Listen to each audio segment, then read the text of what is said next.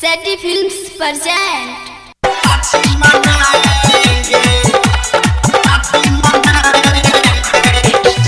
Happy new year बोल के beer के बोतल खोल के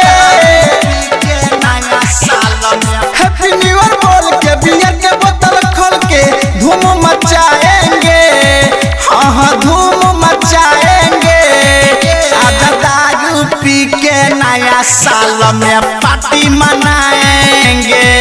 आधा दारू पी के नया साल में पार्टी मनाएंगे।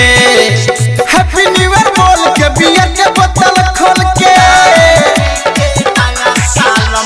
हैप्पी न्यू ईयर बोल के बियर के बोतल खोल के मूड बनाएंगे। हाँ हाँ मूड बनाएंगे। आधा दारू पी के नया साल में पार्टी मनाएंगे। आधा दारू पी के नया साल में पार्टी मनाएंगे। अखिल अहाँ सब सुन रहल छी पवन पुरवैया सहनी के दारू पी के नया साल में पार्टी मनाएंगे। पार्टी मनाएंगे। दारू पी के नया साल में पार्टी मनाएंगे। नया साल के दिन है भैया खुल के मस्ती करना। सबको याद है दारू पीना। किसी से नहीं डरना। किसी से नहीं डरना। नया साल के दिन है भैया खुल के मस्ती करना। सबको याद है दारू पीना। किसी से नहीं डरना।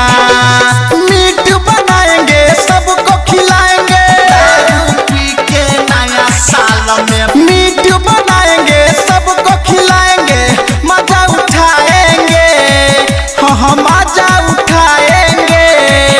आधा दारू पी के नया साल में पार्टी मनाएंगे।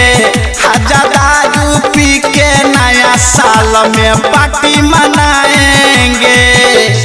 दारू पी के नया साल में दारू पी के नया साल में पार्टी मनाएंगे। पार्टी मनाएंगे। दारू पी के नया साल में पार्टी मनाएंगे।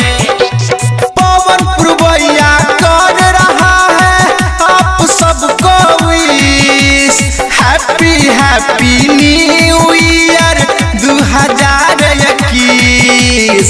दारू पी के नया साल में राइटर संजीत कर रहा है आप सबको wish. Happy happy new year 2021। DJ धमकाएंगे गाना बजाएंगे।